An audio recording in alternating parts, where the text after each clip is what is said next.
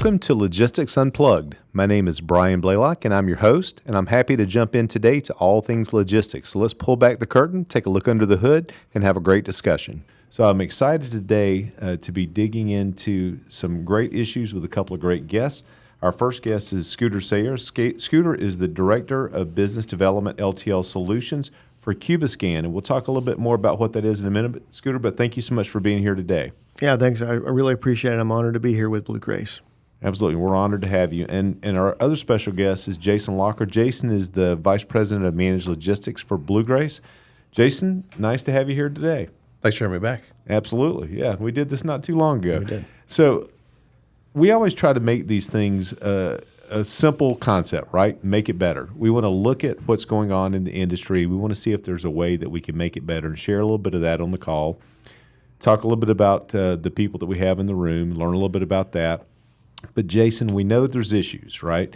And we were talking about it a little bit before we hit the record button today, right? And we want to talk about what's going wrong and why there's a place in the market that we really need to make some improvements on understanding our freight better. So why don't you talk about the problem a little bit? And Scooter, I'm going to get into the solution with you.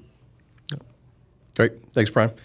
Well, as you know, we specialize in managed logistics, and a big part of that is leveraging technology to help our customers execute their LTL, amongst other modes. But LTL is very important for what we're about to talk about here today, because it probably is the mode of transportation that has the most opportunity for variance as Absolutely. It relates to what the plan was, what you shipped, what left your dock, and what actually happens when the invoice comes in. And that's probably been the most common solution that we've tried to solve. You know, we start with audit and try to find the discrepancies there and then work with our customers upstream. But what we've realized, especially as we've integrated EVO's plan tools for load planning into Blue Ship, and we start working on plan versus actual discrepancies, is that this this discrepancy on the front end when they ship and not having the correct weights and measures at the time of shipment is not only causing this variance on the back end, but it also inhibits a customer from making the correct selection on the front end of this process, making routing discrepancies because they just didn't simply have the right information. Said differently, if you had the correct weight and dimensions, you would have chosen a different carrier. Right. And not save money through a procurement event, but you would have saved money because you already had the right pricing in place. You just made the wrong decision. That's even with leveraging a TMS. You know, it's that old garbage in, garbage out. Absolutely. And Jason, great job kind of teeing up what the problem is. And before we go completely down the road of the solution, Scooter, I want everybody to understand the background that you came from because you saw these problems firsthand quite a bit. So tell us a little bit about your background and then lead us into a little bit about Cubsican and where the solution comes into play. Yeah, you bet. So I cut my teeth in LTL at ABF Freight. I spent 25 years there, all in the pricing department. The first half of that was on the front half of pricing, where you're making pricing decisions. You're doing pricing analysis for ABC Muffler Shop all the way up to Walmart and putting in pricing, analyzing bids, that kind of work. I did a lot of work with the rules tariff, modifying the rules tariff. We built our own base rates at ABF, and so that was part of my job, was building base rates. And then the back half of my career there was managing the backside of pricing, which was the rating, the loading of the pricing, the weighing and research department. And that's where I really started getting a really good sense for how things worked by being able to marry my analytical skills, my pricing background, by getting to go out on the dock and see the freight and see the operations and see how everything fit together. And it's also where I got really good up close viewpoint of what was broken in LTL. And you ask anybody in LTL who's been around there long enough, they're going to tell you that the problems we have, we created them. We are the ones that created this challenge we have with the NMFC and how it leads to these invoicing issues that Jason's talking about. And that's the beauty of what's taking place now, is that the NMFTA has taken the time to really analyze and study the situation, and they're moving forward and addressing longstanding issues that have just made it very, very difficult for a customer to get a quote on the front end that's going to match the invoice on the back end. So we're moving down a good path now, and I'm excited to see what we're doing. Yeah, as am I, and thank you so much for the background on that. So talk to us a little bit about specifically Cubsican and how the product works, how it fits in, and how it can eliminate that possibility for error. Yeah, you bet. So Cubiscan has been in business for almost 40 years. We got into the business of dimensioning, working with the Department of Defense out in the Salt Lake City area, coming up with a system, a machine that could measure cardboard boxes. About 20 years ago, we formed a partnership with a company called AKL Tech in Germany. They had a really slick pallet dimensioning solution, and we rolled that out. And so that's how we got into the LTL business at Cubiscan, was by taking this system. It's called the 1200. It is our flagship product for LTL. That system has been on the market now for about 15, 17 years.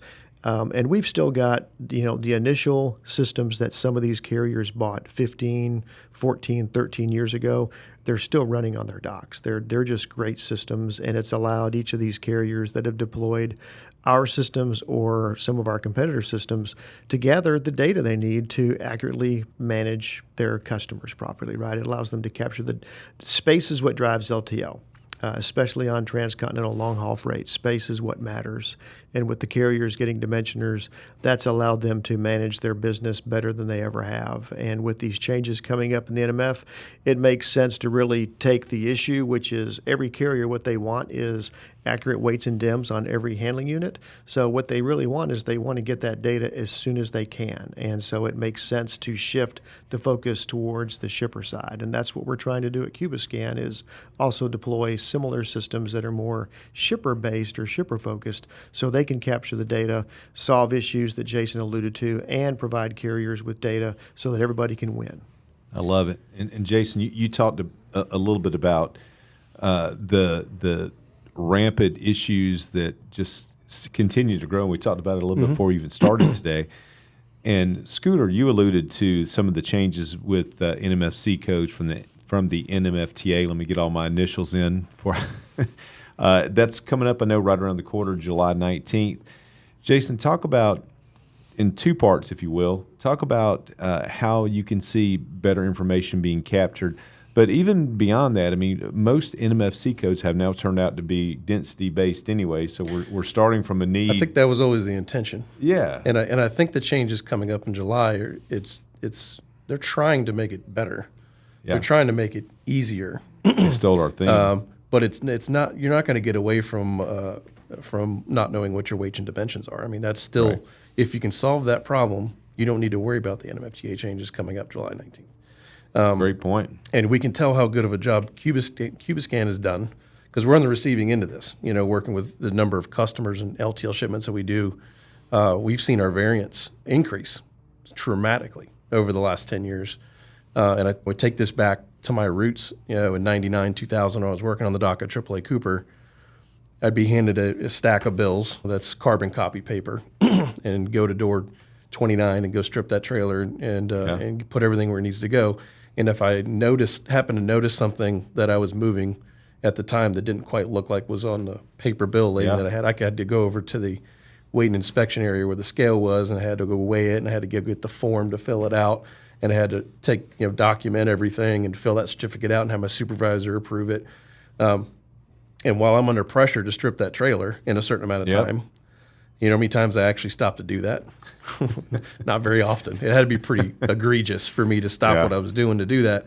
And what Cubiscan has done is get their technology out there mostly on the LTL carrier docks. So that is gone. Like, you don't need to do that anymore. And there's a lot, not every facility, not every terminal, but I promise you the big ones have those scanners hanging from the ceilings where, there's an efficient way for these carriers to ensure that they are collecting the revenue for what they're moving. They're not charging extra.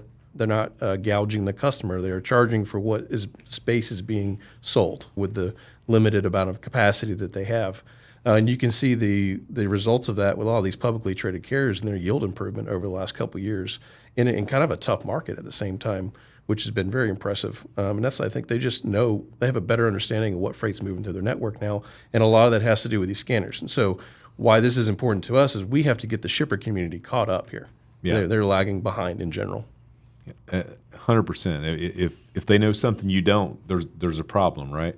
And I'm assuming that you made a great point, Jason. I mean, when you're on the shipper side and when you represent shippers as part of the 3 and the 3PL does, right? We want to make sure that we're looking out for their best interest, but we also have to make sure that the carriers can plan for freight, right? They have to know exactly how much freight's going to go on that trailer, and they have to be able to make a profit. And knowing that they can trust that information, I'm assuming that as many RFPs and as many things that you have to deal with in that direction, it's got to make it better, right? Yeah, there's nothing worse than trying to run an RFP when you have inaccurate information, and 100%. it's very, very important. That's why we do so much, the on-site assessments, and we do our own manual density studies. But if we can combine this technology along with our program, and that kind of comes along with it, we're solving multiple problems at the same time, not just an RFP exercise at that point. Yeah, I like it. What are some of the customer implications when there is a variance? I mean, aside from the obvious, which is, there's some administrative costs to have to deal with an invoice that came in higher than what you anticipated. But we've seen with many customers that the inability to recover that freight expense from their customer. Vast majority of our clients are doing some sort of prepay and add, with their clients, and they're trying to do the right thing by pass that freight cost along through to their customer. And some will even add a handling charge to it, 10%, 20%, whatever the case may be. But when that variance comes in and it's above whatever threshold they set, or if it's above the straight pass-through cost that they gave to their customer, that becomes revenue. That becomes an expense that they have no way to recover from their client. They can't go back and ask for more. And once shipment's already been delivered, it's a week or two after all this has happened. It creates a very uncomfortable situation for our client to go try and recover that additional cost from their customer. And so what ends up happening is they start building that into budgets and things like that. It says, we're always going to have a little more on the back end. And in many cases, that could price their product in a way to where they're not competitive anymore with their competition out there if they're in a more commoditized environment. Yeah, and I can throw in there from some of the consulting I've done in the past when I go talk with a big shipper and try to understand their process. And you ask that question, tell me how your AR, how your AP work. How does that work, right? When the invoice comes in, if it doesn't match the invoice, what happens? What is that process? And half the time, the customer would be able to explain just what Jason said, right? Yeah, we thought it was going to be $300, but it came in $600, and we just have to eat that, and maybe we kind of build that in over time. The other half of the time, the AR and AP teams aren't even talking to each other. They don't even know that issue exists, right? Sometimes they'll tell me, we don't have a reweight problem because we never have a reweight fee on our bill, or we don't have a reclass problem because we never see a reclass fee on the bill. Well, the carrier just chose to waive the fee so they don't raise the red flag, but they still charge for it. And so they're completely oblivious that they've got this hole. And that's where it's bad, because they're not making the money they should, and they have no idea why they're doing it. So that's huge. I mean, you either damage your relationship, kill your bottom line, right? Or you make your product unsellable. Exactly. So there's no good outcome to that if we take that to the fullest extent of how badly that can go. So thanks so much for that answer. You mentioned with the technology. Talk to me about, I know it's a device, right? Scooter, tell me what we're capturing. So our systems, whether they are shipper-based or carrier-based, they're going to at least capture the dimensions of the handling unit, and they're going to capture photos. If you've got a scale integrated with the system, which you're going to find more from the shipper side, we're going to capture weight too. We also capture a number of other data, which we can dive deep into this stuff if you want to get really into the weeds with some of the cool things that we do. But ultimately, the simple things that we're providing are length, width, and height, weight, and dimensions or photographs of the pallet or the handling unit. Hopefully, all four sides, so you can see everything about it. And we're really good at, we are ultimately a data company. We make dimensioning systems, but it's the data that comes from it that you're using. So we're ultimately a data company. So we're really good about being able to provide the data to whichever customer it is the way you want to. We've got some shippers that want to stick with a very manual process where you print a label and you stick it on the back of the travel copy that goes in the office, and then a clerk enters all the data. We've got carriers that are dimensioning 20, 30, 40,000 shipments per day, every day, and they don't need a paper-based process for that, right? They want audit. Right. They want that data fed where they're literally adjusting the freight bill within seconds of the data being captured. And Jason, I'm assuming that the volume and size of some of the shippers that you're working with, the same thing would have to apply there, right? It does. And a lot of our customers we're integrating at the order level, and so we don't know what that final shipping handling unit's going to look like yet. And so we've found that integration of where we can do the planning through that. But then we still have the capture of the dimensions and the weight at the time of shipment. And then now we're measuring that discrepancy there, and we can actually tell exactly what the cost is. And then that gives us the justification to change processes in the warehouse. We may move to helping our customer update and make their master data more efficient. We might be able to find the products that are driving the majority of that. But we also have our back-end integration with Cubsican that allows our claims team to engage directly with that customer's Cubiscan with the photo that's been housed in the system and documented. We could pull that directly into our TMS, so we don't have to bother the customer anymore for certain pieces of information, or if we need to look at the dimensions, on that very specific shipment that has a reference that we can tie back to. It just makes it kind of removes the back and forth nature of trying to solve some of these discrepancies in the back end as well. I love it. And I'm assuming, Jason, I could be wrong, but I'm assuming that because you've got two different parties using the same similar type of situation, that the number of those instances is going to be reduced as well. Yes. And our ultimate goal is to go back to the carriers that, we're all using the same data here, is to align on this. If we still have a lot of variance in the back end, is to sit down and we're all looking, all three parties looking at the same data set, trying to solve the same problem. I like it.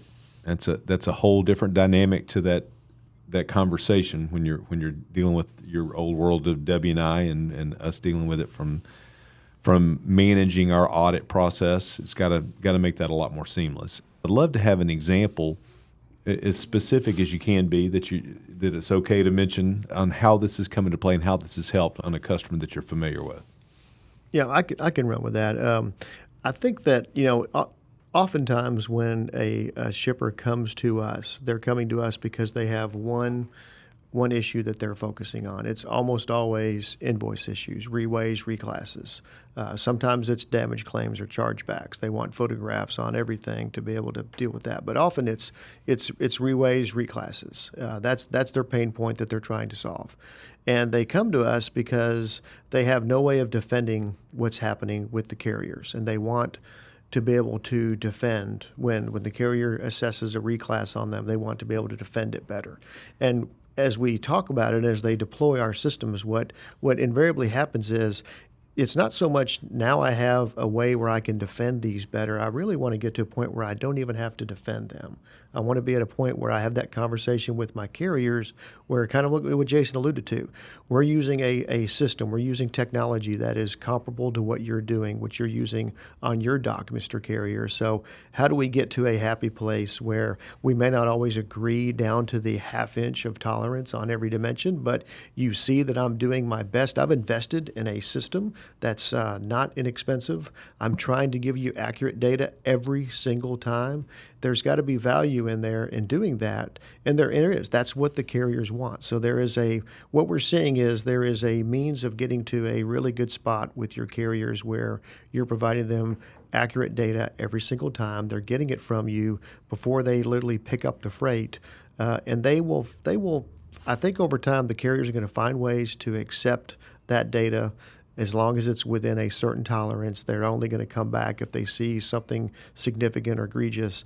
And that's just going to be better for everybody, right? That eliminates so many pain points and headaches and administrative costs on all three sides, right? From the shipper, from Blue Grace, from the carrier. Carriers get paid faster. When you think about it, the carriers, and Jason alluded to this, the carriers have done an amazing job over the last 5-10 years of really tightening down how they operate and figuring out how to make money in a down economy. They've done so much amazing work within their four walls. What's left for them to really solve are the costs outside of their system, and that comes down to billing costs and those other costs that are tied to the customer, the shipper. They're trying to get that nailed down. They're also still trying to optimize more and more of their line haul network and their pickup and delivery network. There are a couple companies that help these carriers optimize their pickup and delivery networks, for example. And when I talk to them about capturing dimensional data from shippers, they love that stuff because right now when they're trying to optimize a pickup network for a carrier, all they have is we've got 7 pallets to pick up. I have no idea how big they are, right? And this customer's got 3 pallets to pick up. I've got a driver that's got a spot. He's got 10-foot of trailer space on his trailer. Are these 3 pallets 4 foot or are they 12 foot long? I don't know. And what they say is it's that last part of the day, right? When the driver is about on his way home, that's where I really got to know what I can do. And if I can get data, good dimensional data with photos, I can look at that and I can make things happen on that delivery route. That it's kind of one of those things like planning a big events where if you do it right, no one notices that you did it right, so you get no credit for it. That's the problem carriers have, right? They pick up 10, 15, 20, 30,000 shipments per day, but if they mess up your shipment, they're the bad guy, right? But but 29,999 they did good, right? So it lets them just do better at that and operate better and optimize their line haul. I mean, every day they're redoing their line haul network to optimize that, right? They may run trailers direct from Tampa to Atlanta today, but tomorrow they may run some to Jacksonville for some reason, right? But if they don't have that dimensional data, they can't optimize, right? It's hard to optimize something when you have really, really basic data like 4 pallets versus the exact size. You're giving me a cubic capacity nightmare every time you say that. Yep. So you did a great job of laying out how the carriers can do their planning and understand their volumes and make good line haul decisions. That little game of Tetris that they're playing when they're trying to figure out how to fill that trailer. But Jason, you started talking about that, and just wonder if you wouldn't mind just taking that a little bit further. Talk about the planning with a tool like this in place so that you can plan from the order out a more strategic supply chain. Well, the bands, right, the subclasses have gotten tighter, and so what you maybe have had before a 6 to 8 PCF band to work within, now it might be 2 to 4, and so 1 pound per cubic foot could be the difference from one class to the next. Right. And if you have FAKs today and they weren't quite negotiated the same, for what these changes are coming down the pipe, that could kick you outside your FAK and cause exponential differences in pricing. You could go back and get that renegotiated, and I think that myth of the FAK is really a discount. It's really not. It's just a way to carriers to protect themselves and make it simpler for you to ship on the front end if you don't weigh and measure every single pallet as it leaves your dock. But I think what we're working with a lot of clients that are implementing this practice is that we are able to get better pricing from the LTL carriers on an actual class basis, getting rid of the FAKs. It's a crutch. And but the trade-off is you absolutely have to know. You got to know your dimensions. You got to know your weight. And if you do know that, there are some very attractive trade-offs for everybody in that because the carriers just want to know what they're getting. I think over-dimension has probably been the one of the biggest areas because a lot of customers will negotiate their line haul rates sort of evenly across the board with the carriers, but that over-dim surcharge can be vastly different from each carrier. And if you're only rating at line haul, you don't have the right over-dim information, you can make a lot of the wrong routing decisions there, and it could be very costly. And that's probably would have been one of the most impactful ones that we've seen. And you went down a road that was going to probably be my next question, because when we talk about how carriers price things out, and Scooter, you sat on so many sides of this fence, you can jump in on this too, but one of the biggest villains to rates in LTL is risk, right? And carriers not understanding the freight as well. That's why, Jason, you make your team put together such a strong RFP package, because we want to make sure they can understand the freight. Well, this is putting that on steroids, right? This is giving a much cleaner understanding of that and how to remove risk. So love that that's kind of where we landed here. But I want to take one more minute, if you guys don't mind, and I want you to just kind of give maybe your key reason to move forward for both of you, just the nutshell, the most important thing that can happen if you make a change from traditional measurement or non-measurement and weight and or guess on the dock to using a system like this. Jason, I'm going to start with you on the shipper side.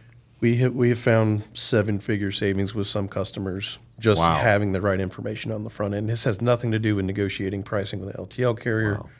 This just simply having the right information on the front end. And upstream of routing and carrier selection, it's the load planning aspect, and ensuring that we have all the right information to not just leverage LTL, but to see if there's a multi-modal opportunity. Can we do a partial truckload? Can we do a multi-stop truckload? Can we hold a few shipments and make it a full truckload, and just guessing at the dimensions, is not. There's a way to swag into that, but this is going to change the game. Is actually knowing every square inch of space you're going to take up. I love it. Scooter, bring us home. Yeah, I can kind of piggyback onto what Jason was talking from the shipper side. I think that's where the real magic happens with the shippers seeing the value here. I see a day where, and Jason alluded to, master data, where knowing how big your individual boxes are, how much your boxes weigh. I see a day in the future where you look at the process today as a shipment gets created. A customer calls you up and orders something. They order 20 boxes of widgets and 10 boxes of sprockets. I'm the sales guy. I'm trying to come up with a quote for that, right? I've got to factor in the freight. The pallet is not even going to be built for another couple days, but I'm trying to quote that, right? Is it class 60? Is it class 70? I don't understand classes. I'm a sales guy. There is technology today where if you have good master data, we have a partner that has an algorithm that will take that master data, take that order, and say that order should be one pallet this big, or it should be two pallets this big, and you should build the pallets this way to achieve the best possible the pallet structure.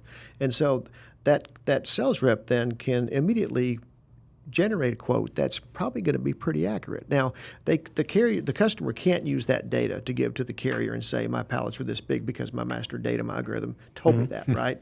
They're going to say, well, I measured at my place and I got something different. But that's where you still have to have, as a shipper, you need that dimensioner on the dock for measuring and weighing those pallets as they're getting ready to leave. And what that means, though, is you can build that feedback loop now so that if the pallet is bigger than what we expected it to be, why is that? Did my dock worker build a really bad pallet that's costing me more money?